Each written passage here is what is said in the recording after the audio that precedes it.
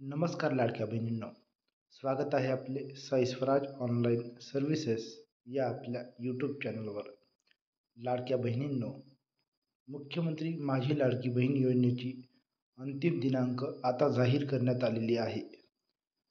याबद्दल ट्विटच्या माध्यमातून माहिती देताना महिला व बालविकास मंत्री आदितीजी तटकरे यांनी म्हटले आहे की मुख्यमंत्री माझी लाडकी बहीण योजनेमध्ये पारदर्शकता येण्यासाठी व लाभार्थ्यांना नियमितपणे आर्थिक लाभ मिळवण्यासाठी ई-केवायसी सुविधा उपलब्ध करून देण्यात आली आहे.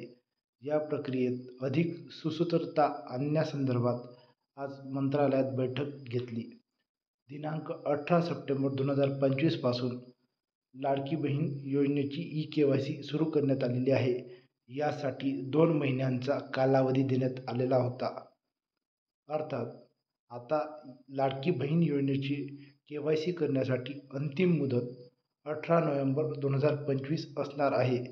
या संदर्भात ट्विटमध्ये देखील त्यांनी उल्लेख केलेला आहे की उर्वरित लाभार्थी भगिनींनीही 18 नोव्हेंबर 2025 पूर्वी ई-केवायसी प्रक्रिया पूर्ण करावी.